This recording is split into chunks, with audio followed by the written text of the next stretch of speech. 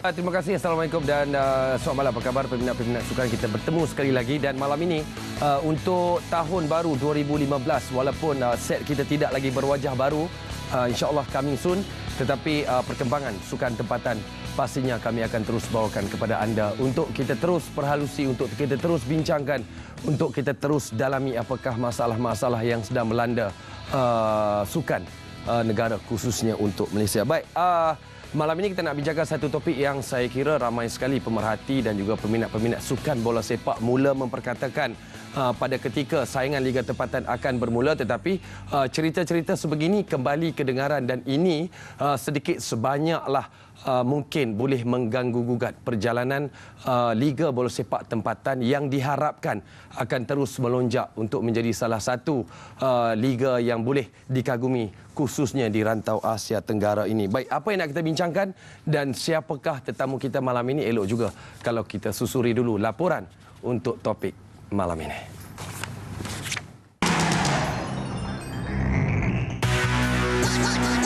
Isu gaji tertunggak di kalangan pemain Liga Tempatan bukan perkara baru.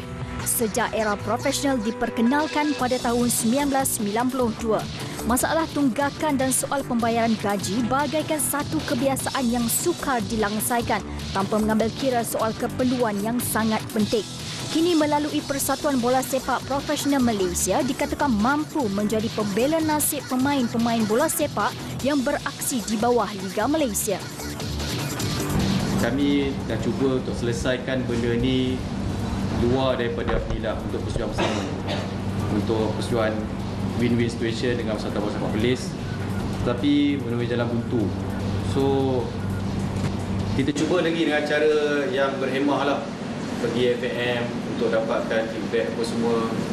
Yang kat FAM pun kami dah cuba, so still juga tak ada feedback dan kami terpaksa pergi pada Persatuan Pemain Profesional. Melihat kepada perkembangan bola sepak tempatan yang kian melonjak kemeriahannya, isu seperti ini sebolehnya tidak kedengaran lagi. Namun masih lagi dihadapi oleh beberapa persatuan bola sepak negara yang gagal melunaskan sebahagian gaji pemain.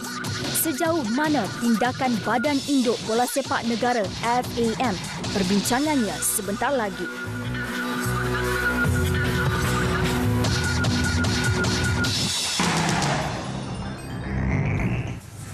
Okey, baik. Sudah pun masuk era globalisasi yang kita mengharapkan perkembangan bola sepak akan terus dapat dilonjakkan, tetapi perkembangan ataupun isu cerita-cerita tunggakan gaji yang tidak dibayar terhadap pemain-pemain yang bernaung di bawah mana-mana pasukan ataupun kelab sudah semestinya lah mengganggu sedikit. Jadi untuk membincangkan, untuk memperhalusi lagi permasalahan ini di studio bersama dengan Skobot malam ini, kita nak ucapkan selamat datang kepada Encik Izam Ismail selaku Ketua Pegawai Eksekutif PFAM. Apa khabar tuan? Terima kasih. Assalamualaikum. Baik-baik. Selamat tahun baru. Selamat tahun baru sama. Okey, ni kena salam dulu pasal pemain yang saya kagumi jugalah ketika bersama dengan ATM dululah. Sekarang dah pergi Negeri Sembilan. Okey, itu biasa.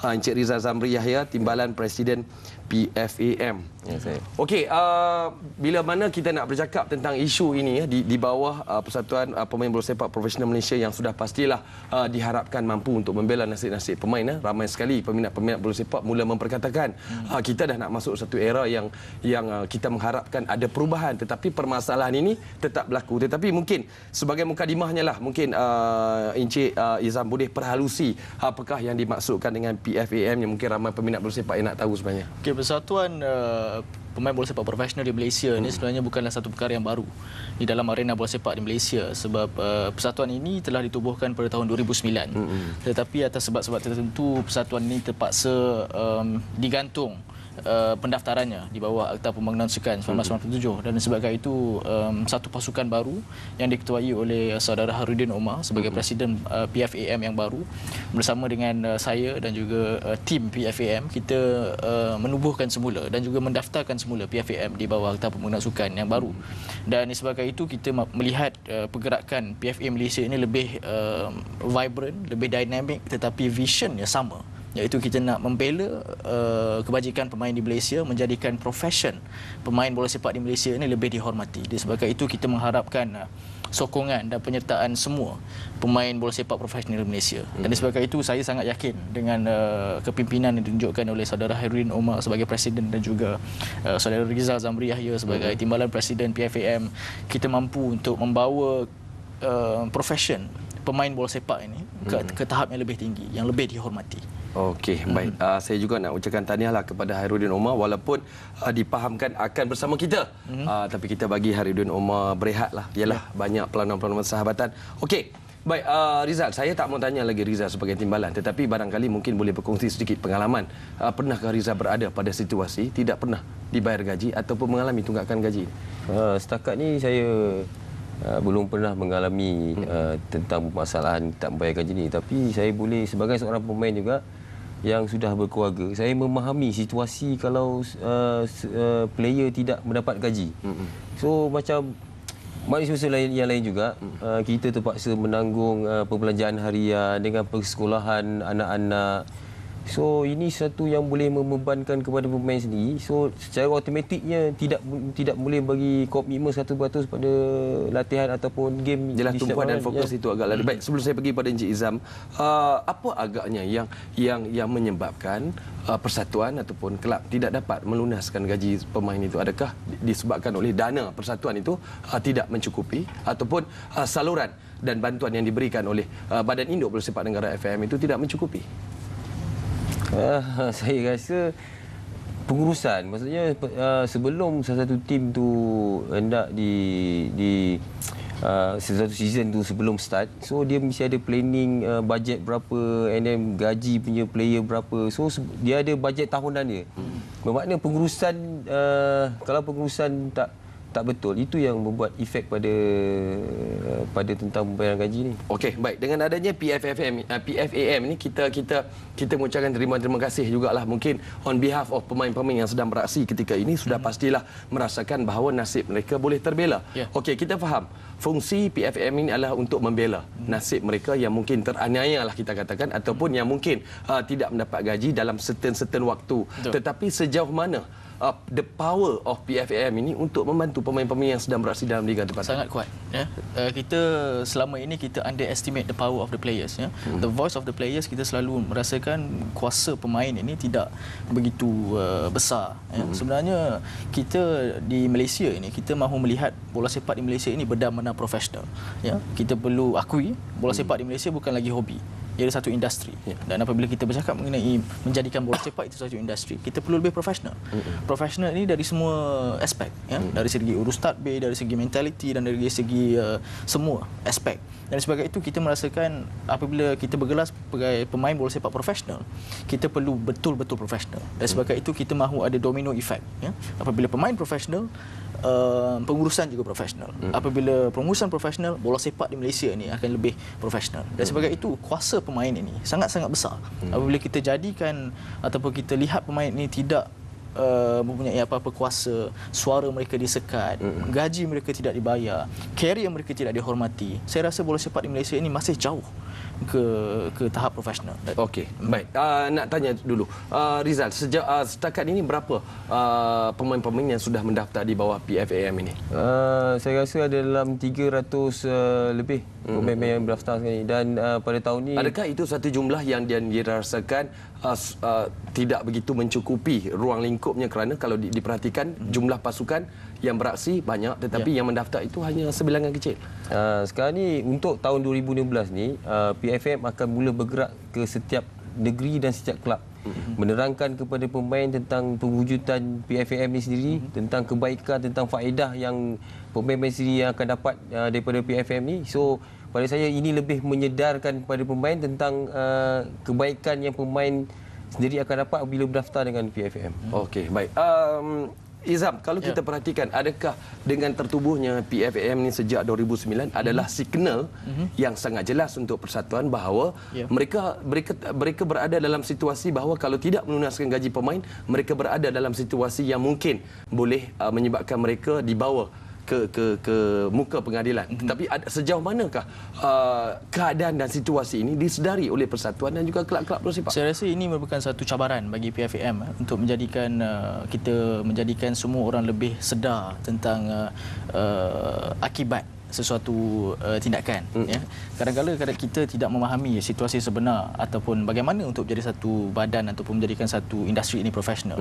Dan sebab itu kewujudan PFAM ini merupakan satu signal, macam saudara Tabah katakan, bukan sahaja satu signal tapi sebagai satu pemangkin ke arah profesionalisme. Dan sebab itu kita mahu jadikan PFAM ini sebagai satu model ataupun satu suara yang kita mahukan profesionalisme di Malaysia ni, bola sepak di Malaysia akan lebih diperhebatkan. Dan sebab itu saya rasakan pentingnya semua pihak, kita tidak mengatakan hanya FAM, hanya persatuan ataupun kelab yang perlu profesional. Kita akui pemain juga perlu profesional untuk menjadikan bola sepak ini profesional. Semua pihak perlu mainkan peranan. Semua pemegang taruh dalam industri bola sepak ini perlu memainkan peranan.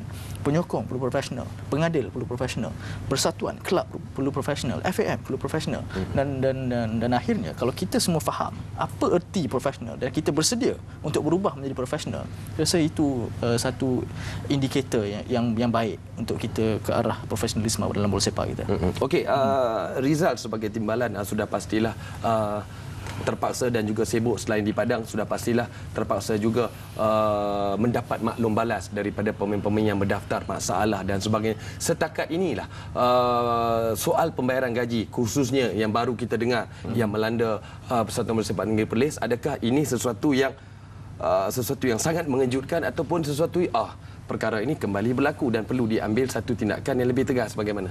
Pada saya sebelum ni memang kita dengar sebelum ni ada masalah gaji, dan selepas tu kita tengok sebab sekarang ni adanya PFAM ni boleh membawa pemain-pemain mengadu tentang masalah dia orang. So sekarang ni kita PFAM ni aktif dalam masa setahun yang lalu pasal pengambilan semula. So sebelum ni kita tak pernah dengar tentang masalah gaji. Yang lain bila PFAM ni ada, so pemain-pemain sekarang ni berani menampilkan atau berani membuat laporan pada PFAM tentang voice out lah tentang masalah-masalah yang mereka hadapi sekarang. Okey, baik. Kita pinjam balik, kita ambil balik voice out tentang pemain itu, tetapi sejauh mana voice out itu akan memberikan satu kesan dan impak yang begitu baik. Okey, saya dipahamkan bahawa PFAM pernah menghantar satu memorandum kepada FAM tentang permasalahan ini dan kembali akan bertemu FAM pada 12 hari bulan ini kalau tak salah. 7 hari bulan tak salah saya kan. Jadi apakah tindakan ini secara langsungnya harus melalui Badan Induk Bola Sepak Negara dan Badan Induk akan berhubung dengan persatuan. Jadi bagaimana permasalahan ini dapat diselesaikan dalam waktu yang cukup singkat? Kita sebenarnya menghantar affidavit, bukannya satu memorandum. Okey, bermakna kita menghormati proses pengadilan di bawah sistem yang ditadbir oleh FAM. Dan sebab itu kita merasakan perlunya kita menghormati sistem, kita perlu ikut prosedur, dan sebab itu kita telah melalui semua prosedur yang ada dalam industri bola sepak di Malaysia. Bagaimana pengurusannya, kita telah menghantarkan surat demi surat. Secara prosesnya kita telah lalui semua proses tersebut. Dan sebab itu akhirnya apabila kita bersedia untuk lebih agresif, lebih ke hadapan untuk menerangkan kes ini di media, ini bermakna masalah ini perlu selesai dengan cara yang lebih agresif. Sebab itu kita mengambil keputusan untuk membawa kes ini dengan lebih agresif di media. Dan saya merasakan apabila ia sampai ke perhatian media, apabila ia sampai ke perhatian awam, rakyat Malaysia khususnya, apa yang terjadi di dalam bola sepak di Malaysia, khususnya di Perlis, saya merasakan ini satu signal yang selama ini proses pengadilan bola sepak di Malaysia ini kita perlu lihat semula. Mungkin ada sesuatu yang kita boleh repair, mungkin ada sesuatu yang boleh kita perbaiki. Dan disebabkan itu PFAM bersedia untuk menjadikan kes di Perlis ataupun kes di mana-mana kelab yang lain sebagai satu tauladan ataupun satu contoh yang kita sebenarnya boleh ke hadapan dari sudut penyelesaian masalah dalam pasukan. Okey, baik. Saya suka dengan word satu perkataan yang dilontarkan oleh Izam itu tentang perubahan. Kita mampu untuk melonjak kembali. Baik, Rizal, kalau kita perhatikan, kita faham, barangkali kita pengamal media juga faham bahawa kadang-kala desakan pembayaran itu menuntut satu jumlah kewangan yang begitu besar. Apatah lagi bola sepak Liga Tempatan memerlukan satu tajaan yang besar. Maklum sajalah nak menghadapi satu musim yang sangat panjang. Jadi pada pengalaman Rizal sendiri, kadang-kadang mungkin ada persatuan yang tidak begitu mempunyai dana yang begitu besar.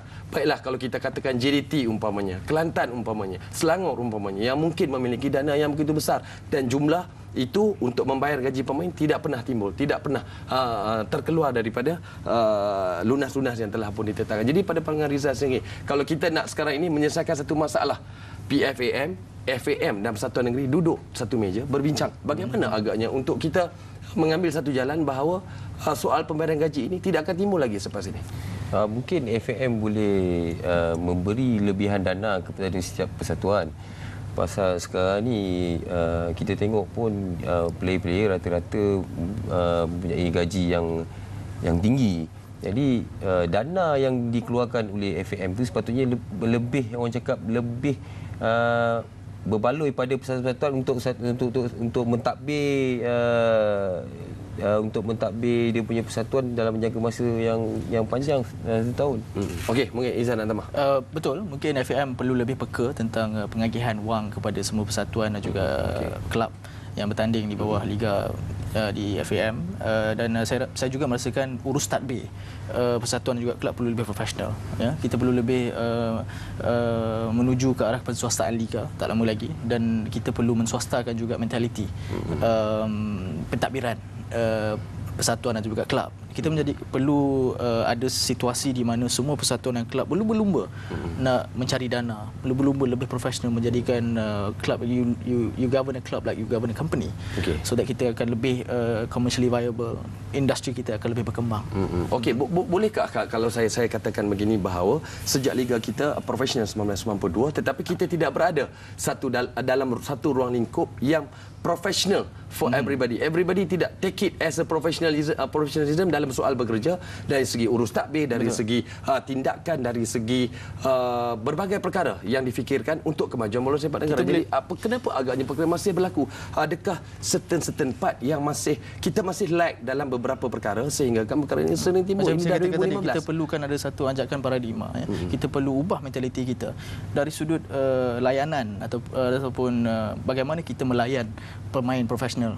Misalnya, kita layan pemain profesional sebagai satu komoditi yang boleh dijual beli begitu saja, boleh disepak terajang dan boleh dipasing, terupas dan sebagainya. Seperti bola. Kita tak layan pemain bola sepak profesional ini sebagai satu aset profesional yang mempunyai labor rights, employers rights dan juga banyak hak dan juga obligations yang perlu diamati oleh setiap persatuan dan juga kelab untuk menjadikan pemain ini betul-betul profesional. Dan apabila kita lihat daripada sudut itu sahaja, kita merasakan profesionalisme dalam bola sepak di Malaysia ini sebenarnya macam saya katakan tadi sangat-sangat jauh daripada realitinya. Dan sebagai itu kita merasakan apabila wujudnya PFAM, kita menjadikan suara yang bebas untuk kita suarakan, lontarkan segala pendapat tentang bagaimana untuk menjadikan bola sepak di Malaysia ini lebih profesional. Dan juga kita sangat-sangat mengalukan penglibatan semua pihak untuk sama-sama kita memberikan pendapat dan juga sarangan dengan lebih konstruktif, dan bukannya kita menutup mulut ataupun kita menyekat mana-mana pihak untuk memberikan pandangan yang membina kepada bola sepak kita. Betul. Sebelum kita pergi berehat, Rizal, anda sudah lama beraksi bermain dalam Liga Tempatan. Ini sudah pastilah sesuatu yang bukan anda harapkan. Anda mengharapkan satu situasi anda sebagai seorang pemain profesional, tidak kiralah untuk mana-mana pasukan, membina kerjaya anda, boleh setidak-tidaknya menjamin masa depan. Jadi apakah sejak 1992 kita masuk ke era profesional, tetapi perkara ini berlaku, apakah anda sebagai pemain merasakan bahawa sangat mengecewakan anda sebagai seorang pemain? Pendapat saya memang sangat mengecewakan lah. Tentang isu pembayaran gaji itu, sebenarnya boleh mengundang ataupun boleh membuka ruang pemain tu ke arah yang negatif. Seperti sekarang kita tengok macam jual game atau sebagainya, rasuah atau sebagainya. Itu sebenarnya siapa yang membuka ruang untuk pemain buat macam itu? Desakan hidup itu sendiri boleh membuatkan pemain membuat perkara-perkara yang tak betul. Okey, baik. Jelas sekali.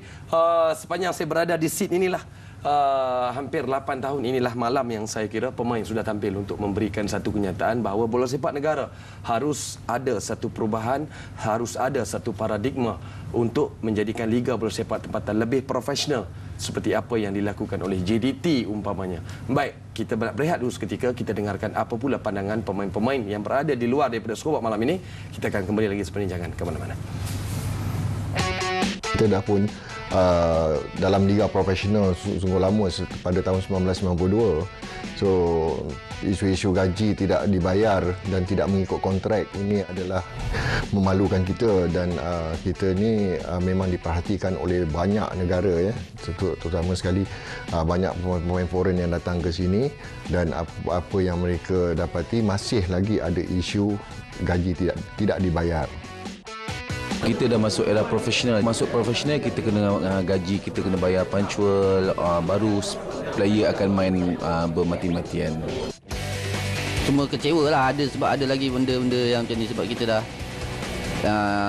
zaman pun dah zaman profesional kan. Kalau zaman amatur lagi tak apa kan, kita ada kerja semua kan.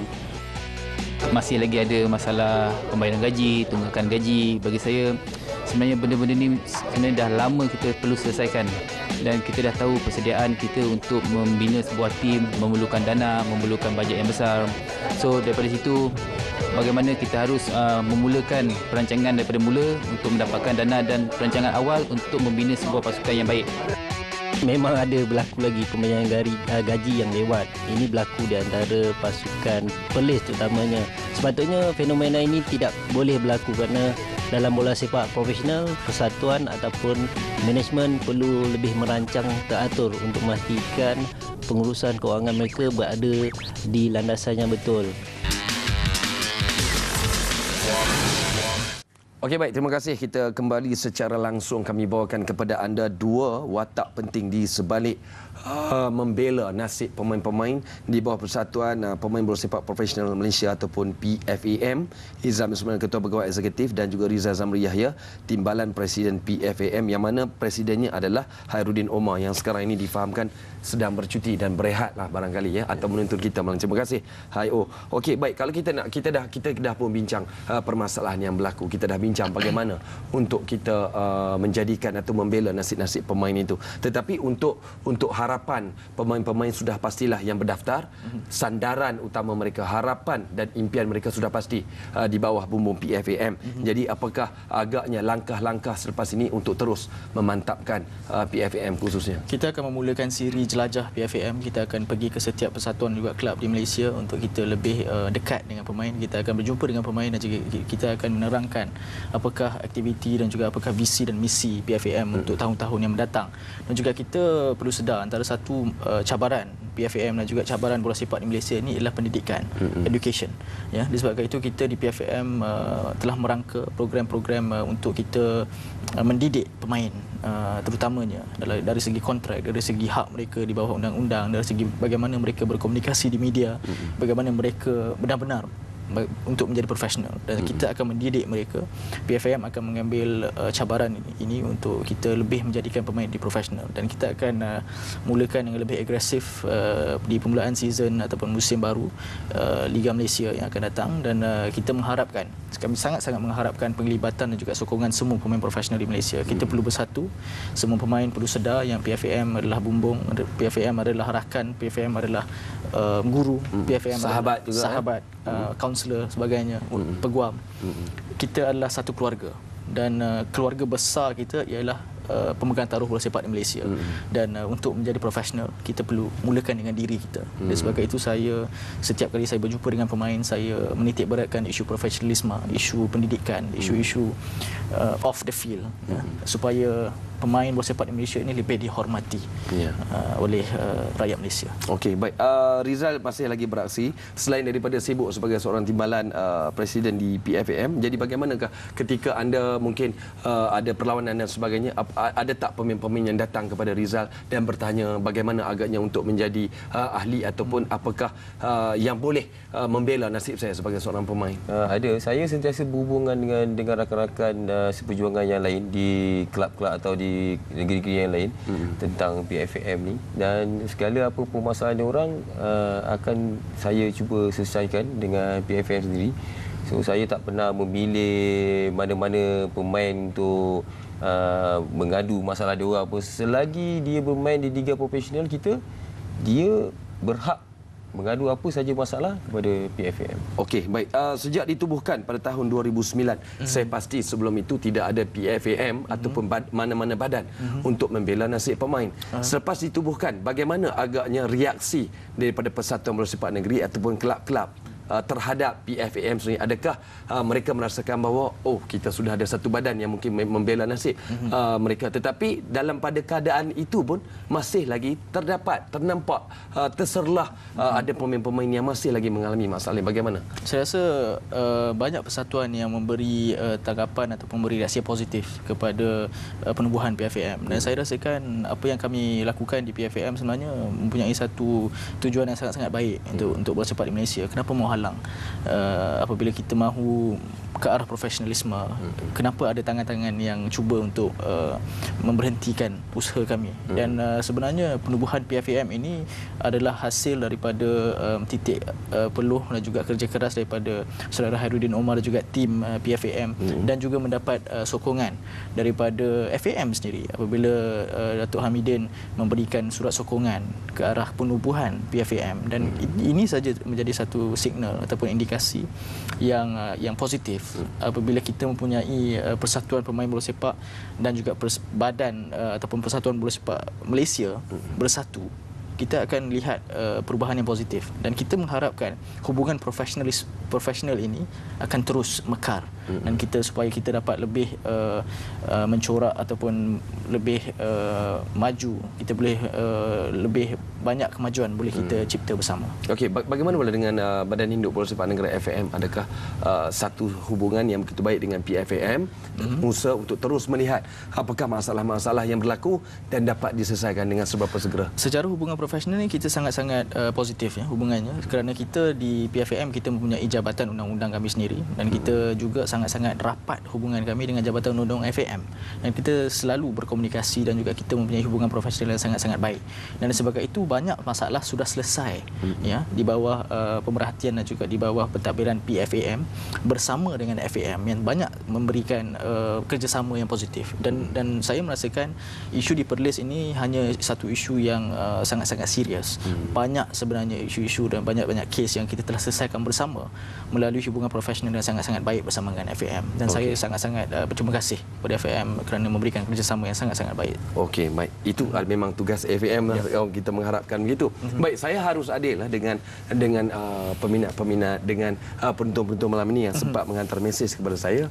Mereka nak tahu kalaulah apa yang berlaku di Perlis umpamanya, contoh, apakah tindakan yang boleh dikenakan terhadap persatuan umpamanya kalau permasalahan ini berlaku, ataupun adakah hanya duduk berbincang dan menyelesaikan masalah tanpa ada berlaku sebarang hukuman ataupun sebarang tindakan? Bagaimana pandangan? Kita merasakan hukuman dan juga sebarang keputusan perlu diberikan kepada FAM sebagai kerana FAM ini merupakan satu persatuan yang menjaga bola sepak di Malaysia secara total, dan kita memberikan kita menghormati proses dan juga kuasa yang diberikan di bawah hukum peraturan FAM, dan kita merasakan masih ada ruang untuk semua pemegang taruh di Malaysia, pemegang taruh ataupun semua pemegang taruh bola sepak di Malaysia seperti pemain, peminat dan juga pengadil, jurulatih, juga ada suara mereka di dalam keputusan tersebut.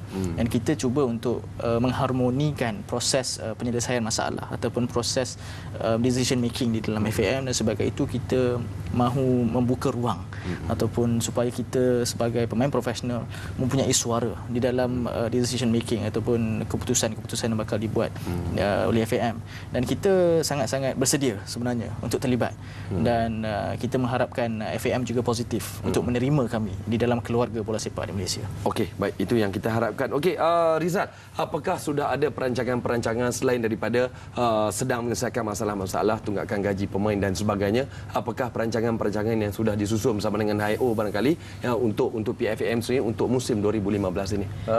2015 ni kita cuba mewujudkan kita cuba memilih pemain terbaik untuk tahun 2012 ini. Kita akan cuba membuat anugerah untuk pemain terbaik sepanjang bulanan, sepanjang Football Academy Award lah ni. So kita segala merangka ni. So insya-Allah 2016 tu kita akan laksanakanlah. Ini sebagai langkah untuk kita menghargai pengorbanan dan juga usaha pemain bola sepak profesional di Malaysia. Kita sudah ada beberapa program anugerah sebegitu. Apakah yalah kalau sedikitlah kalau kita nak mungkin penonton dah mula terasa nak tahu ni, apakah suntikan-suntikan yang lebih segar, yang lebih baru akan diberikan dalam penganugerahan ini? Kerana penganugerahan ini dipilih oleh pemain sendiri dan kita banyak anugerah yang dipilih oleh penulis sukan, jurulatih, kapten dan sebagainya, tetapi untuk anugerah ini dipilih oleh pemain-pemain profesional di Malaysia, sama dengan apa yang dilakukan di luar negara seperti di PFA England, dan juga kita sebagai PFA sebenarnya merupakan ahli gabungan FIFPro, iaitu Kesatuan Pemain Bola Sepak Dunia yang diwakili oleh 65,000 pemain profesional di seluruh dunia dan juga lebih 55 negara, dan Malaysia merupakan salah satu negara. Dan kalau di Spain kita ada Xavi, kalau di Itali kita ada Andrea Pirlo, di Afrika kita ada Didier Drogba, di Malaysia kita ada Hairudin Omar sebagai juaranya. Okey, baik. Dan sebagai ketua pegawai eksekutif untuk PFAM ini, apakah picture yang lebih besar dilihat oleh Encik Izam sendiri untuk menjadikan PFM ni mantap, padu, padat untuk terus membela nasib-nasib kita pemain? Mahu 100% sokongan diberikan oleh pemain, kerana tanpa pemain PFAM akan mati, dan disebabkan itu kita merasakan usaha-usaha kami untuk meyakinkan pemain untuk bersama-sama dengan PFAM, berjuang bersama dengan PFAM, dan disebabkan itu kita akan terus berjuang untuk meyakinkan pemain dan juga untuk meyakinkan keluarga bola sepak di Malaysia ini apa yang kami lakukan hanya untuk membangunkan, memajukan bola sepak di Malaysia, bukannya untuk perkara yang lain. Okey, baik. Bercakap tentang 7 Januari ini, sudah pastilah ramai sekali peminat-peminat, media-media, rakan-rakan kita juga akan bersama dengan anda untuk membuat satu liputan. Jadi apakah duduk semeja itu bersama dengan FAM, dan apakah hala tuju, dan apakah pula yang nak dibincang, dan apa pula jalan saya yang nak dicari? Kita sangat-sangat berterima kasih kepada FAM kerana akhirnya kes ini dibawa ke meja ataupun meja bulat supaya kita bersama-sama dengan persatuan, bersama dengan FAM dan juga bersama dengan pemain dapat duduk semeja untuk berbincang dengan masalah ini, dan kita sangat-sangat menghargai usaha ataupun tindakan FAM yang lebih serius untuk menyelesaikan masalah ini, dan kita perlu tunggu pada 7 hari bulan untuk kita tahu lebih lanjut, dan kami sangat-sangat mengharapkan keputusan yang baik dapat dicapai dan insya-Allah menjadi satu contoh dan teladan kepada persatuan juga kelab yang lain untuk lebih serius, lebih profesional untuk bertadbir bola sepak di Malaysia. Okey, baik. Kita sudah sampai di penghujungnya, dan saya kira pelbagai aspek, pelbagai sudut telah pun kita bincangkan, dan saya kira peminat-peminat sudah begitu jelas dengan peranan PFM, apatah lagi pemain. Sudah pastilah mungkin selepas ni kalau dah ada 300, lonjakannya untuk 2015 itu bertambah. Ialah maklum sajalah PFM juga harus mempunyai dana yang begitu kuat. Jadi harapan Rizal sendiri sebagai seorang timbalan presiden di dalam PFM bersama dengan HIO, apakah harapan-harapan yang mungkin terselit di dalam hati itu untuk terus menjadikan PFM ini satu badan ataupun satu syarikat yang mampu untuk terus mengangkat martabat bola sepak di Liga Tempatan? Pertama sekali, nasihat saya untuk pemain yang telah mendanai kontrak dengan persatuan masing-masing, komitmen anda kena 100% untuk persatuan anda. Ya. So segala permasalahan, segala apa yang melibatkan sebarang kemusykilan tentang apa semua boleh datang kepada PFM, dan kami di PFM akan sentiasa membantu dan mencuba menyelesaikan segala masalah yang mereka hadapi. Okey, baik, terima kasih Rizal Zamri Yahya, timbalan presiden PFAM. Saya kagum dengan permainan anda. Saya minat cara anda bermain cool, relax kan. Okey, itu posisi saya dulu. Posisi dululah. Okey, tak payah cerita yang itu. Okey, Cik Izam Ismail, ketua pegawai eksekutif PFAM, sudah pastilah ada harapan dan juga ada impian mungkin dalam tempoh 5 tahun ini. Di manakah kedudukan PFAM? Saya mahu PFAM ini lebih dihormati dan juga mahu PFAM ini menjadi satu suara yang sangat-sangat kuat di dalam bola sepak profesional di Malaysia.